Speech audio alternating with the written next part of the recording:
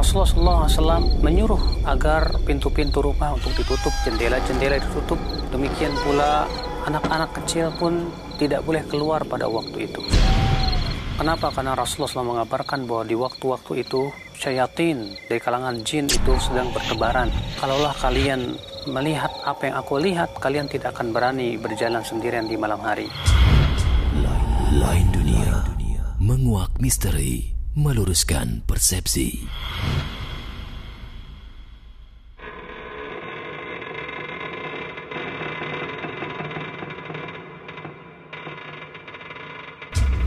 Pemirsa, selamat datang di acara Lain Dunia. Menguak misteri, meluruskan persepsi.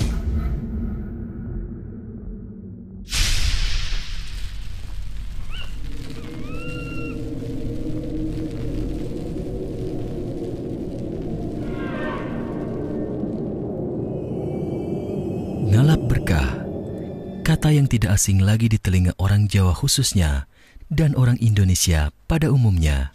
Sebab ditilik dari segi sejarah, kerangka budaya suku-suku di Indonesia memang dilatar belakangi prinsip animisme dan dinamisme. Assalamualaikum warahmatullahi wabarakatuh. Pemirsa, selamat datang di Lain Dunia. Menguak misteri, meluruskan persepsi.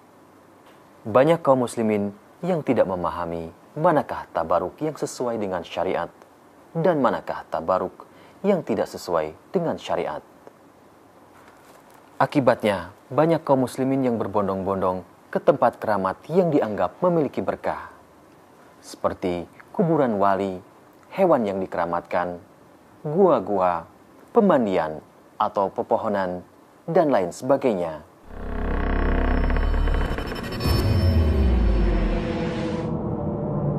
Setelah Islam masuk ke Nusantara, tradisi ini makin marak karena memang dalam Islam sendiri terdapat syariat tabaruk atau mencari berkah.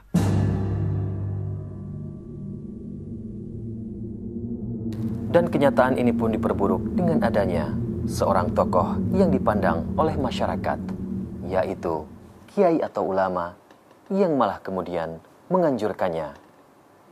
Padahal kalau dilihat seringkali amalan-amalan tersebut merupakan wajah lain dari kesyirikan.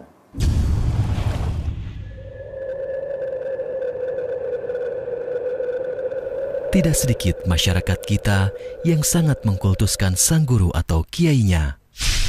Kiai bagi mereka seolah merupakan pribadi yang maksum. Bahkan diyakini dapat memberikan berkah tersendiri. Tak heran kalau ada yang rela berdesak-desakan untuk dapat sekedar bersalaman dengannya, mendapatkan atribut yang dikenakannya, hingga puntung rokoknya sekalipun.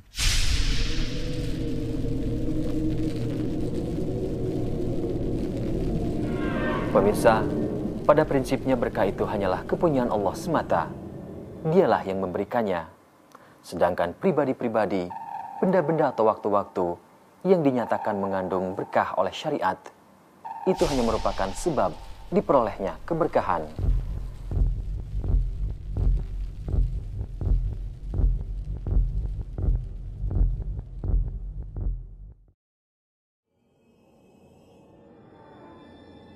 Iya, pernah dengar. Pernah sih, pernah. Cuma nggak terlalu sering, paling di TV.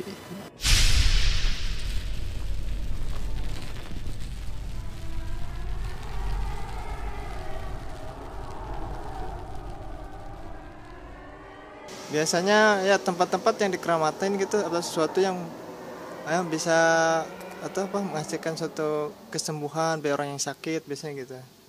Ngambil keberuntungan dari sesuatu yang dianggap mempunyai berkah. Kalau yang kayak gitu makan, kalau saya makan nggak pernah nyoba yang kayak gitu istilahnya. Makanya saya kalau gituan mah nggak kayak nggak pernah ini aja, nggak pernah tahu kata gituan mah. Alat berkah kalau nggak salah dari bahasa Jawa yang berarti mengemis, mencari-cari berkah gitu.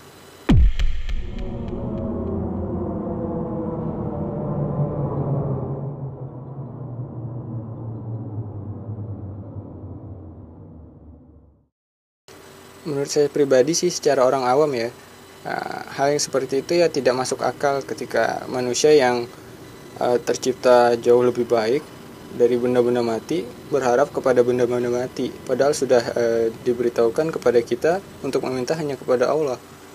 Ya kalau menurut saya yang saya tahu itu mungkin udah ke hal musyrik kali ya. Sebagian masyarakat di Indonesia banyak yang mempercayainya, tetapi kan sebenarnya itu tidak benar. Alasannya karena yang bisa memberikan keberkahan itu hanya Allah.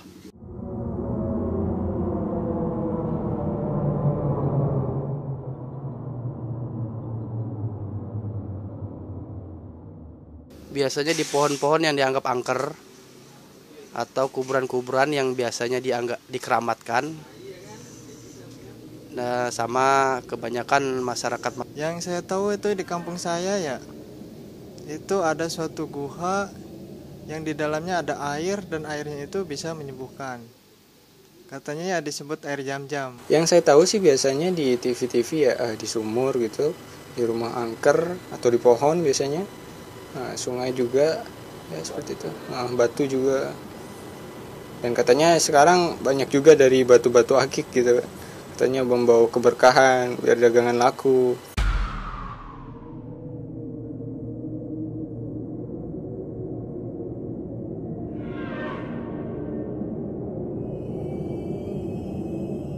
Kalau buat ngelap berkah mungkin enggak ya. Tapi kalau mereka mengadakan ritual-ritual, wirid-wirid untuk agar bisa berkah mungkin ada. Kalau saya ya paling cuma dengar-dengar sama ngeliat orang aja sih. Kalau teman mah katanya mah ada, cuman kalau saya mah nggak pernah ngeliat. Kayak kita dari cerita dia aja kan kayak kita gitu.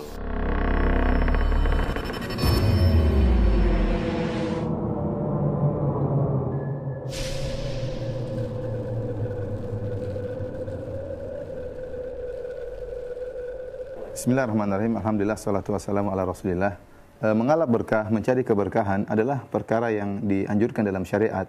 Akan tapi berkah apa yang kita cari? Tentunya yang menentukan suatu benda atau suatu zat itu berkah atau tidak, hanyalah Allah Subhanahu wa taala. Dialah wahibul barakah. Dialah yang menentukan benda ini berkah atau zat ini berkah atau amalan ini berkah atau tempat ini berkah atau waktu ini berkah. Maka kita berusaha mencari keberkahan sesuai dengan yang datang dalam syariat, dan ini banyak. Contohnya seperti waktu-waktu yang berkah, seperti bulan Ramadan, waktu yang berkah. Bahkan Nabi SAW mengatakan syahrun mubarak, bulan Ramadan adalah bulan yang penuh berkah. Contohnya seperti setiap malam di sepertiga malam yang terakhir adalah waktu yang berkah di mana Allah Subhanahu wa taala mengabulkan permintaan hamba-hambanya, dan waktu-waktu berkah yang lainnya ya. Demikian juga ada tempat-tempat yang berkah. Contohnya Al-Haramain ya, kota suci Mekah dan Madinah adalah tempat-tempat yang dipenuhi dengan keberkahan. Nabi SAW berdoa kepada Allah Subhanahu wa taala untuk memberkahi kota Madinah. Maka kita berusaha mencari keberkahan dari hal-hal yang telah ditunjukkan oleh syariat. Contohnya seperti air Zam-Zam. Innahu ma'un mubarak. Kata Nabi SAW, sungguhnya air Zam-Zam adalah air yang berkah. Maka tidak mengapa seorang kemudian berusaha mencari air Zam-Zam, mencari berkah dari air Zam-Zam, berobat dengan air Zam-Zam, ya, berdoa dengan menjadikan air Zam-Zam sebagai wasilah dengan diminum, dan hal-hal ini seluruhnya adalah suatu yang disyariatkan. Namun yang jadi masalah di masyarakat kita, mereka mencari keberkahan dari hal-hal yang tidak disyariatkan. Ya, dan ini adalah perkara yang sangat mengenaskan yang terjadi di masyarakat kita. Terkadang kita lihat masyarakat mencari keberkahan dari sebuah batu yang besar, mereka letakkan sesajen di batu tersebut. Atau misalnya ada pohon yang besar, maka mereka meletakkan sajen di pohon tersebut, ya. Atau mereka mencari keberkahan dari batu-batu akik tertentu. Yang ini semua tidak pernah dijelaskan dalam syariat, dan ini berarti menjadikan sesuatu yang bukan sumber keberkahan sebagai keberkahan, dan ini merupakan sarana menjerumuskan seorang dalam kesyirikan. Jadi apa-apa yang besar mereka taruh sajen. Ada batu besar, ada pohon besar, ada sapi besar, ada apa yang besar, mereka meletakkan saja untuk mencari keberkahan. Padahal tidak boleh demikian. Seorang tatkala mencari keberkahan harus berdasarkan dalil. Ya, kalau tempat atau suatu zat yang tidak ada dalilnya, maka mencari keberkahan dari tempat-tempat tersebut merupakan sarana yang menjerumuskan dalam kesyirikan.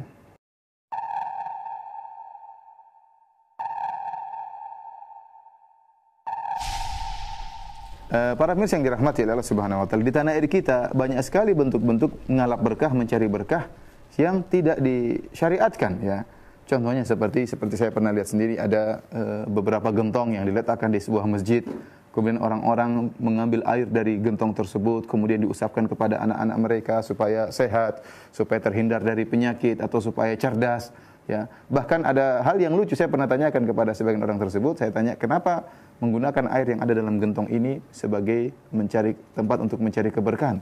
Kata sebagian mereka, gentong ini ya punya menyambung sampai ke air Zam-Zam di Mekah. Jadi padahal air tersebut, subhanallah, air tersebut bahkan sudah terkadang agak berwarna hijau. Kemudian bagaimana bisa nyambungnya sampai ke Mekah? Sementara kita lihat sendiri ya bagaimana Masjid Nabawi kalau ingin mengambil air dari Mekah dengan menggunakan truk-truk gede, ya, truk-truk seperti pengangkut minyak, seperti truk-truk Pertamina, ya, mengambil air tiap hari bolak-balik dari Mekah menuju ke Madinah. Ini bagaimana tiba-tiba ada gentong yang mungkin letaknya di Jawa atau di Surabaya, kemudian nyambung sampai ke Mekah. Ya, ini tentunya menggunakan proses pekerjaan proyek yang luar biasa. Berapa panjang, berapa ribu kilometer harus dipasang pipa dari Surabaya sampai ke Mekah untuk menyalurkan air Zam-Zam. Ini menunjukkan khurafat, menunjukkan kebodohan, ya, dan kedunguan. Ya, bagaimana kemudian air yang ada di Jawa kemudian sampai ke kota Mekah. Ini diantara bentuk ngalap berkah yang ngawur, yang tidak datang dalam syariat. Di antara bentuk ngalap berkah yang tersebar di tanah air kita, misalnya seperti menjadikan sebagian bentuk sapi sebagai tempat berkah. Dan ini sangat lucu ya. Kita tahu bahwasanya sapi diagungkan, benar, tapi bukan dalam agama kita. Sapi diagungkan itu dalam agama yang lain. Ya. Kemudian bagaimana kemudian kita mengadopsi keyakinan agama lain, kita bawa ke dalam agama kita, kemudian kita agungkan sapi tersebut. Sapi adalah hewan yang tidak berakal sebagaimana manusia. Lantas kemudian tubuhnya dijadikan tempat untuk ngalap berkah, bahkan mohon maaf kadang kotorannya diambil untuk mencari keberkahan. Ini suatu kebodohan di atas kebodohan. Bagaimana kaum muslimin melakukan demikian? Kalau seandainya yang melakukan hal ini adalah para penganut agama lain, maka wajar karena memang agama mereka dibangun di atas pengagungan terhadap sapi. Tapi kaum muslimin tentunya tidak demikian. Dan ingatlah bahwasanya kesyirikan yang pertama kali terjadi di Jazirah Arab, sebagaimana dalam hadis-hadis yang sahih, gara-gara pengkeramatan sebagian hewan. Dan ini Allah isyaratkan dalam Al-Quran. Kata Allah Subhanahu Wa Taala, "Ma ja'alallahu min bahiratin wala sa'ibatin wala wasilatin wala ham." Allah Subhanahu Wa Taala tidak pernah menjadikan bahirah, kemudian wasilah, kemudian ham. Ini adalah nama-nama onta atau nama-nama kambing yang dikeramatkan oleh sebagian orang-orang musyrikin. Tidak boleh diminum susunya, tidak boleh dimakan dagingnya, tidak boleh ditunggangi. Kenapa dikeramatkan? Oleh karenanya Nabi SAW menyebutkan dalam Sahih Al-Bukhari tentang Amr bin Luhai Al-Khuzai. Kata Nabi SAW, "Ra'aitu Amr bin Luhai Al-Khuzai yajurru qasbahu fin nar li'annahu awwalu man sayyaba sawaib." Aku melihat Amr bin Luhai Al-Khuzai menjerumuskan, menarik ususnya dalam neraka jahanam karena dia adalah orang yang pertama kali mengkeramatkan unta-unta dan kambing-kambing di Jazirah Arab. Lihat, ini awal dari kesyirikan. Ya, sampai Al-Hafidz Ibnu Katsir rahimahullah dalam kitabnya Al-Bidayah wan Nihayah menyebutkan Amr bin Luhai Al-Khuzai, dia mengkeramatkan sapi unta-unta tersebut dan kambing-kambing tersebut dalam rangka untuk memuliakan hewan. Ya, adalah bentuk rahmat kepada hewan, bentuk kasih sayang kepada hewan. Namun ini kebodohan. Oleh karenanya Allah Subhanahu Wa Taala mengatakan, "Walakinnal ladzina kafaru yaftaruna 'alallahi al-kadzib wa aktsaruhum la yaqilun." Kata Allah Subhanahu Wa Taala, akan tapi orang-orang kafir mereka telah berdosa atas nama Allah Subhanahu Wa Taala dan kebanyakan mereka tidak berakal. Dan ini benar pernyataan dari Allah Subhanahu Wa Taala. Orang-orang yang menjadikan di zaman Arab jahiliyah menjadikan onta-onta sebagai onta-onta yang keramat, tidak boleh ditunggangi, tidak boleh dimakan dagingnya, tidak boleh diambil susunya. Ini kebodohan.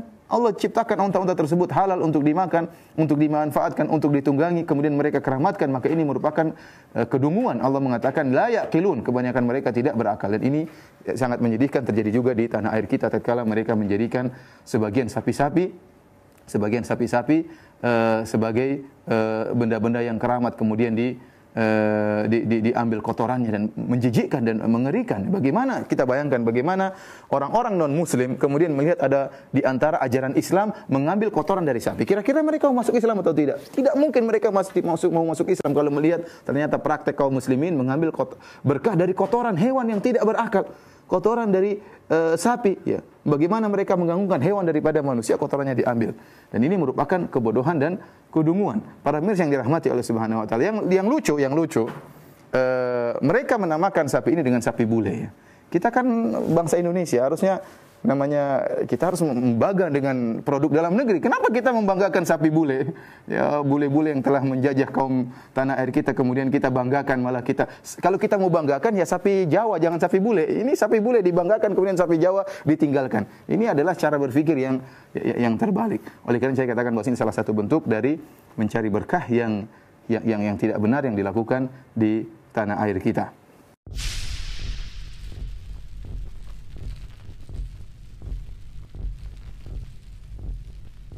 Memang benar bahwasanya para sahabat Nabi sallallahu alaihi wasallam berusaha untuk mencari keberkahan dari zat Nabi sallallahu alaihi wasallam. Bahkan Nabi sendiri ya tatkala beliau berhaji, beliau sengaja tatkala rambut beliau dicukur dan menyuruh sebagian sahabat untuk membagi rambut-rambut tersebut. Jadi Nabi sallallahu alaihi wasallam sendiri sengaja untuk membagi-bagi anggota tubuhnya seperti rambut dibagi-bagikan untuk karena rambut Nabi sallallahu alaihi wasallam mengandung keberkahan. Oleh karena dalam riwayat kita sebutkan Nabi sallallahu alaihi wasallam tatkala buang ludah, maka para sahabat memperebutkan ludah Nabi sallallahu alaihi wasallam. Kenapa? Karena dalam ludah Nabi SAW ada keberkahan. Beliau adalah Nabi SAW, adalah manusia yang paling mulia di atas muka bumi ini. Allah menjadikan Nabi tersebut sebagai keberkahan, dan demikian juga para Nabi-Nabi yang lain. Namun jadi pertanyaan, apakah boleh kita mencari keberkahan dari selain para Nabi? Ya, seperti misalnya ada seorang kiai atau seorang ustadz yang dikenal saleh, lantas kita memegang-megang ustadz tersebut, atau kita berusaha mengambil air liur ludah dari ustadz tersebut karena dianggap keberkahan.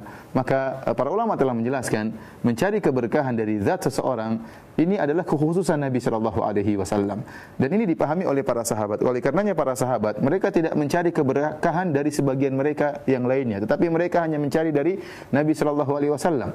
Kita tahu bagaimana Abu Bakar radhiyallahu taala anhu adalah seorang yang sangat mulia yang telah dijamin oleh Nabi sallallahu alaihi wasallam masuk surga, ya. Rasulullah SAW mengatakan Abu Bakar fil jannah, Abu Bakar di surga, telah dijamin oleh Nabi sallallahu alaihi wasallam beliau masuk surga, dan telah disebutkan bagaimana tentang keimanan Abu Bakar radhiyallahu taala anhu. Meskipun demikian, ternyata tidak ada seorang sahabat pun yang selain Abu Bakar kemudian berusaha mencari keberkahan dari Abu Bakar. Padahal kita tahu Abu Bakar sering bersentuhan dengan Nabi sallallahu alaihi wasallam, sering bersafar bersama Nabi sallallahu alaihi wasallam. Dialah yang menemani Nabi sallallahu alaihi wasallam dalam perjalanan hijrahnya, dan sering Rasulullah SAW pergi dan keluar dari kota Madinah, balik ke kota Madinah bersafar bersama Abu Bakar. Namun meskipun demikian, kita tidak dapati para sahabat yang lain berusaha mencari keberkahan dari Abu Bakar, atau kita tidak mendapati para tabi'in berusaha mencari keberkahan dari para sahabat, padahal mereka adalah orang-orang yang mulia, telah dijamin masuk surga. Hal ini menunjukkan bahwasanya mencari keberkahan dari zat seseorang itu merupakan kekhususan Nabi sallallahu alaihi wasallam. Bagaimana kalau ada yang berkata, Ustaz, kalau Nabi boleh berarti para ustaz, para kiai juga boleh kita mencari keberkahan? Kita mengatakan tidak benar, tidak bisa kita kiaskan manusia sekarang dengan Nabi sallallahu alaihi wasallam. Kita tidak bisa mengkiaskan para kiai, para ustaz dengan Nabi sallallahu alaihi wasallam. Kalau Abu Bakar radhiyallahu taala anhu yang telah dijamin masuk surga tidak disikapi sebagaimana Nabi sallallahu alaihi wasallam, tidak diambil air liurnya, tidak diambil keringatnya, tidak diambil rambutnya, ya, tidak diambil bekas pakaiannya misalnya, ya, bagaimana dengan selain Abu Bakar radhiyallahu taala anhu, dengan ustaz sekarang atau kiai sekarang yang kita tidak tahu bagaimana kadar keimanannya. Kalau Abu Bakar telah dijamin oleh Nabi sallallahu alaihi wasallam keimanannya, telah disebutkan oleh Allah dalam Al-Qur'an, Abu Bakar sebagai sahabat Nabi sallallahu alaihi wasallam. Adapun ustaz sekarang atau kiai sekarang, kita tidak tahu bagaimana kadar keimanannya, dan kita tidak tahu bagaimana akhir dari kehidupannya. Apakah kehidupannya tetap di atas keimanan ataukah berubah di akhir hayatnya? Sementara Nabi sallallahu alaihi wasallam mengatakan innamal a'malu bil khawatim, bahwasanya amalan tergantung dari akhirnya. Dari sini kita tahu bahwasanya tidak bisa dikiaskan antara ustadz atau kiai terhadap Nabi sallallahu alaihi wasallam. Jangankan kepada Nabi, untuk dikiaskan kepada Abu Bakar saja sulit radhiyallahu taala anhu, apalagi dikiaskan kepada Nabi sallallahu alaihi wasallam. Karenanya kita tidak mencari keberkahan dari liur ustadz, ya, atau dari ludah ustadz, ya, atau dari ludah kiai atau air liur kiai. Kalau ternyata boleh kita mencari berkah dari air liur kiai atau ludah kiai, maka terlalu banyak, ya, air liur ustaz, terlalu banyak air liur kiai yang bisa kita cari keberkahan, dan ini tidak pernah dipahami oleh para sahabat radhiyallahu taala anhum.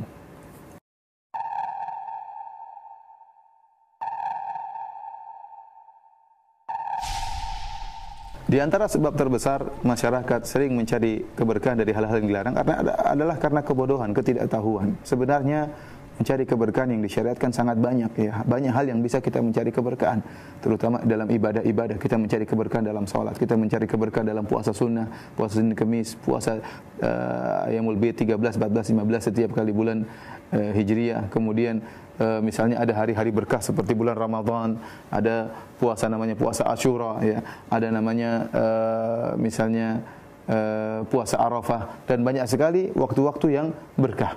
Kemudian bisa juga masyarakat misalnya pergi ke Mekah dan Madinah kemudian mencari keberkahan dengan banyak beribadah di Masjid Nabawi dan Masjidil Haram. Artinya ada hal-hal yang sebenarnya seorang mudah untuk mencari keberkahan. Namun karena kejahilan sebagian masyarakat, mereka tidak tahu tentang mencari berkah yang syar'i, dan mereka mencari keberkahan dari hal-hal yang tidak disyariatkan. Di antaranya, jadi sebab mereka mencari keberkahan adalah kejahilan. Yang kedua karena tadi ikut-ikutan, dengar-dengar katanya begini, katanya begitu, katanya barang siapa yang tawaf di batu Quran misalnya akan bisa doanya dikabulkan. Barang siapa yang mengambil kotoran sapi bule, maka kebo bule, maka dia akan bisa mendapat keberkahan. Ini katanya-katanya, dan betapa sering akidah dibangun di atas katanya-katanya, padahal tidak benar. Akidah itu harus dibangun di atas dalil. Tidak boleh seorang membangun akidahnya di atas katanya dan katanya, menurutnya ini, menurut fulan, ya tidak boleh. Akidah Islam harus dibangun di atas keyakinan. Oleh karenanya dituntut dari masyarakat untuk belajar dan belajar agar tidak terjerumus dalam bentuk-bentuk kesyirikan atau sarana-sarana yang bisa mengantarkan kepada kesyirikan. Di antara hal yang aneh yang saya lihat juga bahkan di Masjid Nabawi, sebagian masyarakat Indonesia mencari keberkahan dengan mengusap-ngusap pintu Masjid Nabawi. Padahal hal ini telah diingatkan oleh para ulama seperti Al-Imam Nawawi rahimahullah. Al-Imam Nawawi rahimahullah, ulama besar dari mazhab Syafi'i, ya, menyebutkan dalam kitabnya Al-Majmu' Syarh Al-Muhadzab bahwasanya tidak boleh seorang mencari keberkahan dengan mengusap-ngusap kuburan Nabi sallallahu alaihi wasallam.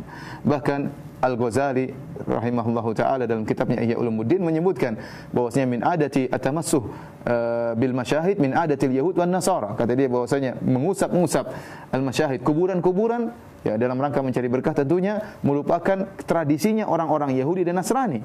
Ini pernyataan para ulama. Namun sekarang sebagian orang kemudian mengusap-ngusap kuburan. Jangankan kuburan Nabi SAW, bahkan pintu Masjid Nabawi pun diusap-usap dengan sorbannya, dengan kainnya. Ya, kalau ada yang bertanya kepada saya, selalu saya katakan bahwasanya tidak perlu Anda mengusap-ngusap pintu Masjid Nabawi karena petugas ngelap-ngelapnya sudah banyak dibayar oleh pemerintah Arab Saudi, maka tidak perlu bantuan Anda untuk mengusap-ngusap pintu Masjid Nabawi. Ini diantara kejahilan yang dilakukan oleh sebagian masyarakat kita. Semoga Allah Subhanahu Wa Taala memberi hidayah kepada mereka dan mengembalikan mereka kepada jalan yang benar sesuai dengan syariat Allah dan sunnah Nabi Sallallahu Alaihi Wasallam.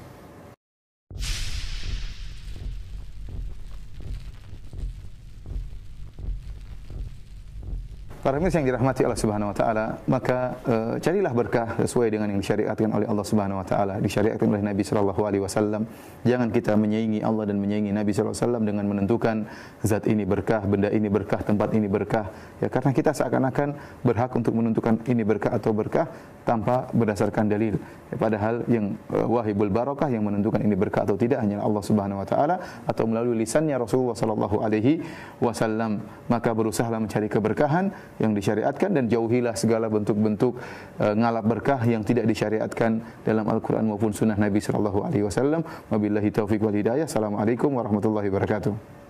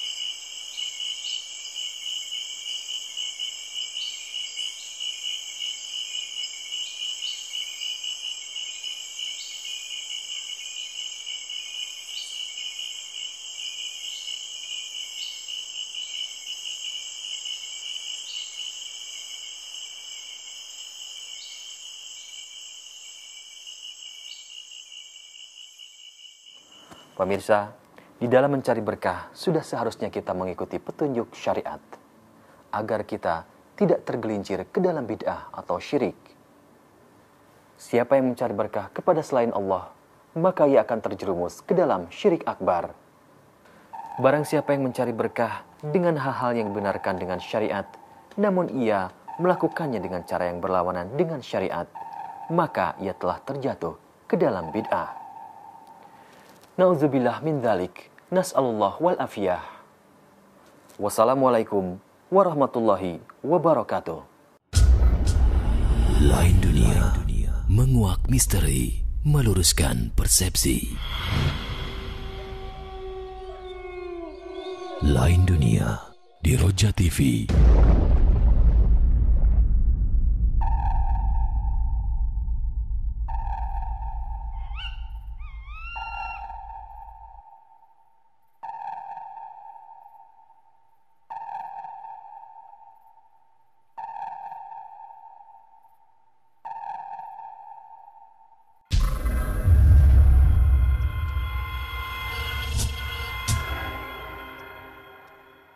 Roja TV, saluran tilawah Al-Quran dan kajian Islam.